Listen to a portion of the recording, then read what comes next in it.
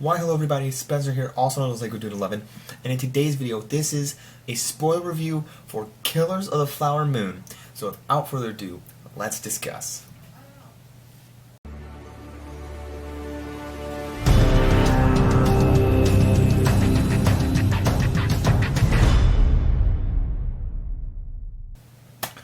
Okay, so first and foremost, I did say this is a spoiler review.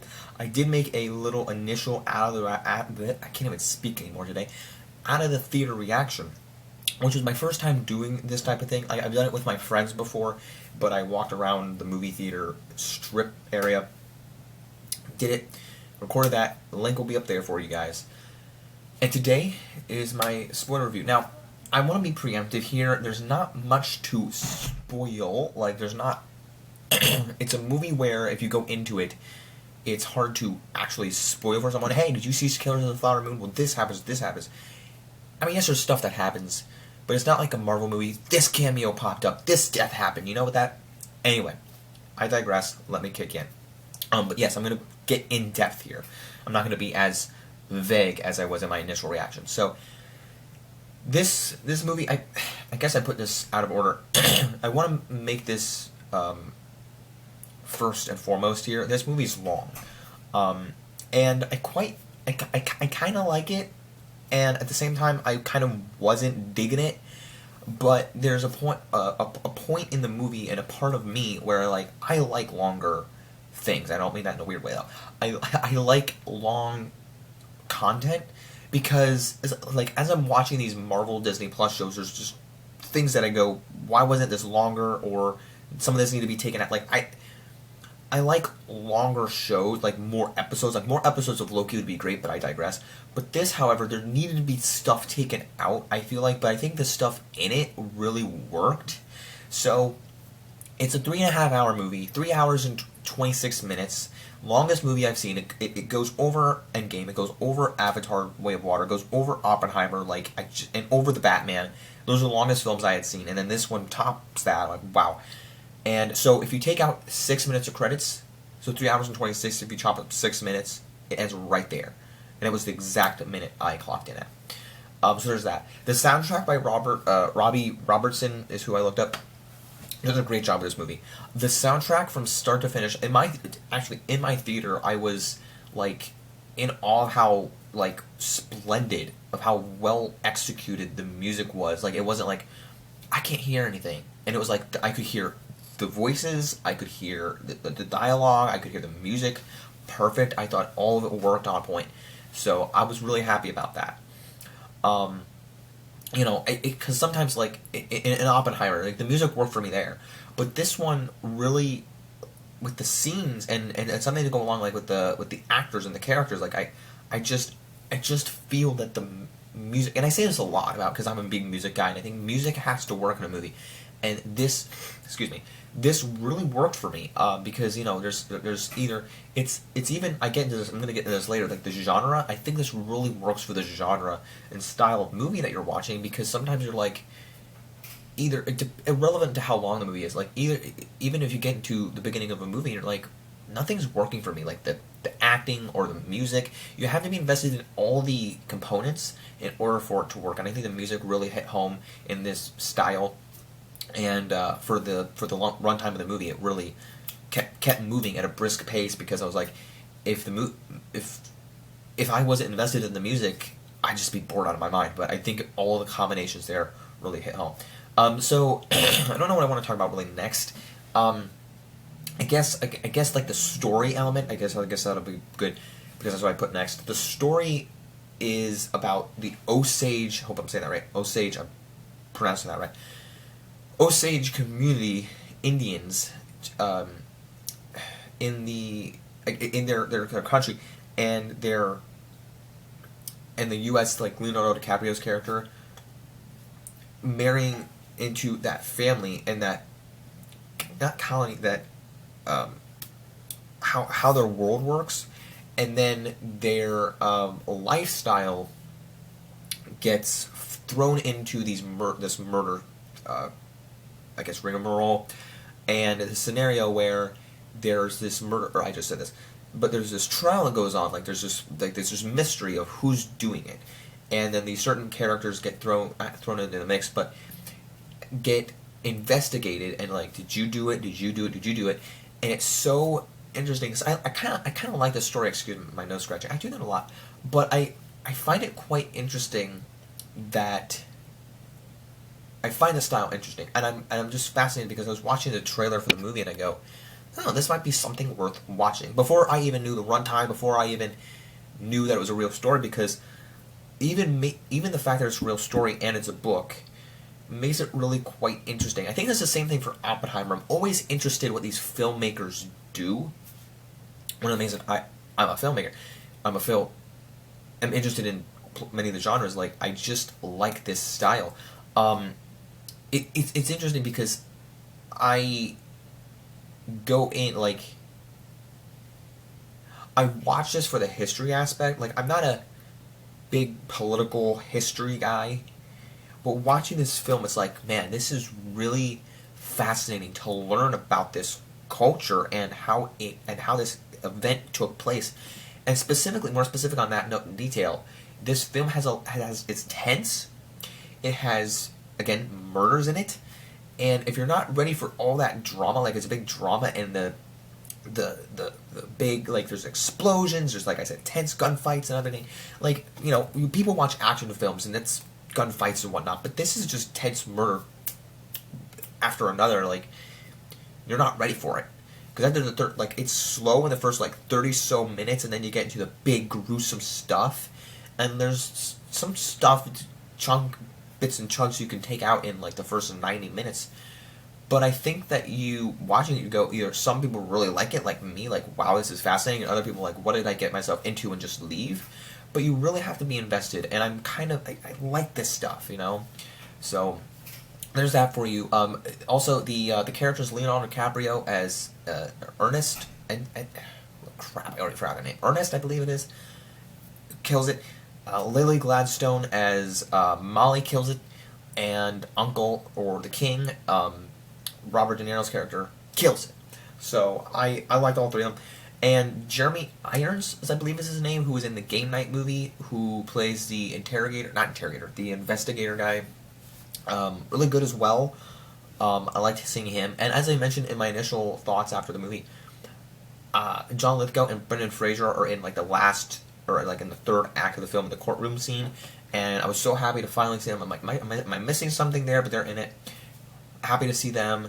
Brendan Fraser kills it as another role. I'm happy to see him. I love him in Doom Patrol and in The Whale. I wasn't, like, a massive fan of The Whale. I liked it, but I was drawn out of the movie because all I could get, like, I like Brendan Fraser as an actor, but all I could see him was, wow, he's just a fat dude. And I really didn't like seeing him as this overweight dude because it just looked like, it didn't look like real Brendan Fraser. But I digress again. Brendan Fraser in this film, in another role, seeing him in his regular in his regular form, really was good. So I like seeing him. The transition, another thing I have to mention is beyond the story and, like, as I forgot to pull that up again, my bad. As, another thing beyond the story and the actual, like, what took place is the transitions and flashbacks in this film are incredible. Like Star Wars transitions, they're not like Star Wars transitions, but they're cuts, like it's, like there's, like, moments, was it in this film? No, it was in the trailer when I was watching the trailer. So that was another thing I had in my mind. But there are I think there's, like, some moments in this movie where there's, like, music, like there's sound effects, and it really, like, hits point, like maybe gunshots. There's a certain scene in this movie, I kind of just threw off my sentence. There's a moment in this film where you're looking outside a window and there's fire burning in the land area. And Robert De Niro, I think it's supposed to look like Robert De Niro's looking out the window at the fire, and there's, like, shadows of, like, people just going down, and the fire in the window, it's like simulate like a screen effect. It's like burning, like you don't see the actual fire, you see shadows and silhouettes. Oh, it's so beautiful. If you have seen the film, you'll know what I mean. But it's like such cinematography. I loved it, and I'm gonna have to show it to my my friend who does camera photography with me, it's like one of the greatest shots in the film, and one of like a great shot I've seen in a long, long time. I don't know why I like it so much. It's just one of these things that pops up on the screen. And you go, man, that's great craftsmanship, like cinema craftsmanship. So I like that. And the flashbacks, what they do is in this mystery, like crime thing, like okay, who's behind this? Like what happened here? Like what happened when she died? Like when Hannah, the sister of Lily Gladstone, Molly's character, like what happened here? And it's like it flashbacks, like well, this is what happened, and it just goes. And then like car moving in, and it's a seamless cut of a flashback. I know there's many films that do flashbacks, but I thought the way they did like narration and then flashback was really quite interesting to see. So I like that. I like the elements of that. And like I said, I think there's stuff you could cut out. But like I know this film's longer than Oppenheimer, but I think that once you get into it, there's moments of like, man, that was a really good scene of just like a car driving, just very nice with the music in the background. And then there's moments like, well, this needed to be there, this needed to be there. I think in my head, like people saying, oh, Oppenheimer is too long. Maybe, like, I think Killers of the Flower Moon really worked with everything they had in it. Whereas Oppenheimer, yeah, there was some stuff that could be taken out of Oppenheimer. But maybe both work. Both work for me. But the conclusion and like I said, is this a genre for everyone? No. But it's definitely a genre for me. Like I like you guys have to know this. I am getting really into the movie world. Ever since COVID, I branched out. Like I watched Transformers as a genre I hadn't seen. I started watching Rick and Morty, my favorite show now. I watch variety of stuff. I'm not the biggest fan of anime, but I watch a couple anime films here and there. So it's like, yes, I mean, I watched Your Name with my friend this summer, and I like Your Name. I'm not a big anime guy, but I like the movie. So, anyway, is this a genre for everyone? No. You just have to know the runtime you're getting yourself into, what the genre you're getting yourself into, and everything else. And, the conclusion is that it's resolved. Basically, Robert De Niro and Leonardo DiCaprio the court case was resolved with him. One of his childs dies. Obviously, there's well, I guess is he dead? I can't remember what it says in the end. I think he lives and his wife dies. Molly dies. His sister, Lily Gladstone, sister Molly. I can't say it. Lily Gladstone, Molly's character, her sister dies in the film. I believe she dies as well from her sickness. She gets good later, and then their child dies, and Robert De Niro is out of the picture in the with Leonardo DiCaprio's character. So and then you see the end of the film. They're playing music in the village or the land with the Osage tribe. And I like I said, the music's great. The characters are great. The actors they picked are great. I haven't seen many Martin Scorsese films. This is directed by Martin Scorsese. I think he does a great job. I've heard of Hugo.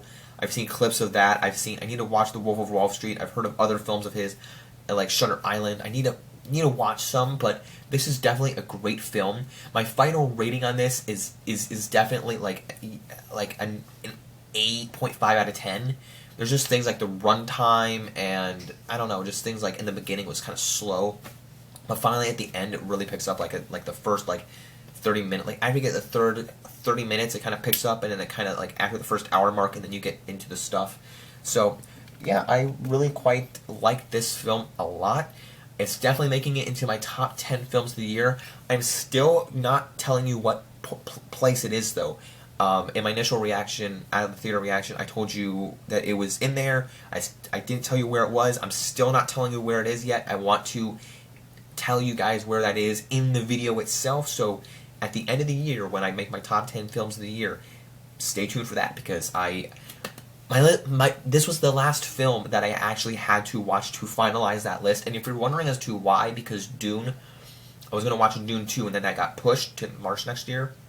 So this was the last film to see, because I know for a definite fact I'm going to see the Marvels with my friends. Five Nights at Freddy's is next week, then the Marvels is later, coming up November 10th. So those two films won't be in there. I'm going to enjoy them, watching them, but those two films won't be in there. And then there's things like Aquaman 2 and Wonka that will not be in there. I don't even know if I'm gonna watch them in theaters, but I know those won't be in there. And then The Color Purple, I don't think that's coming out. But anyway, this was the last film that I'm adding to that list. So anyway, guys, that is my review for Killers of the Flower Moon. 8.5 out of 10. Let me know if you've seen it in theaters. There weren't a lot of adults in my theater. Not surprising. But I don't think many kids... I mean, I'm a teenager. I'm almost 20, 19. So if you guys saw it in the theater, let me know in the comments below. Let me know if you plan on seeing it just later when it's on streaming. And tell me if you're interested in it. If you have seen it, let me know what your thoughts in the comments below. Don't forget to leave a like, subscribe, follow me over at Boba Fett Jedi Master. I'm on Snapchat as well, but I don't have that linked anywhere, so I'm sorry. Don't forget to leave a like, subscribe, follow me to keep calm and play Lego, watch stuff. Peace out, everyone. Bye.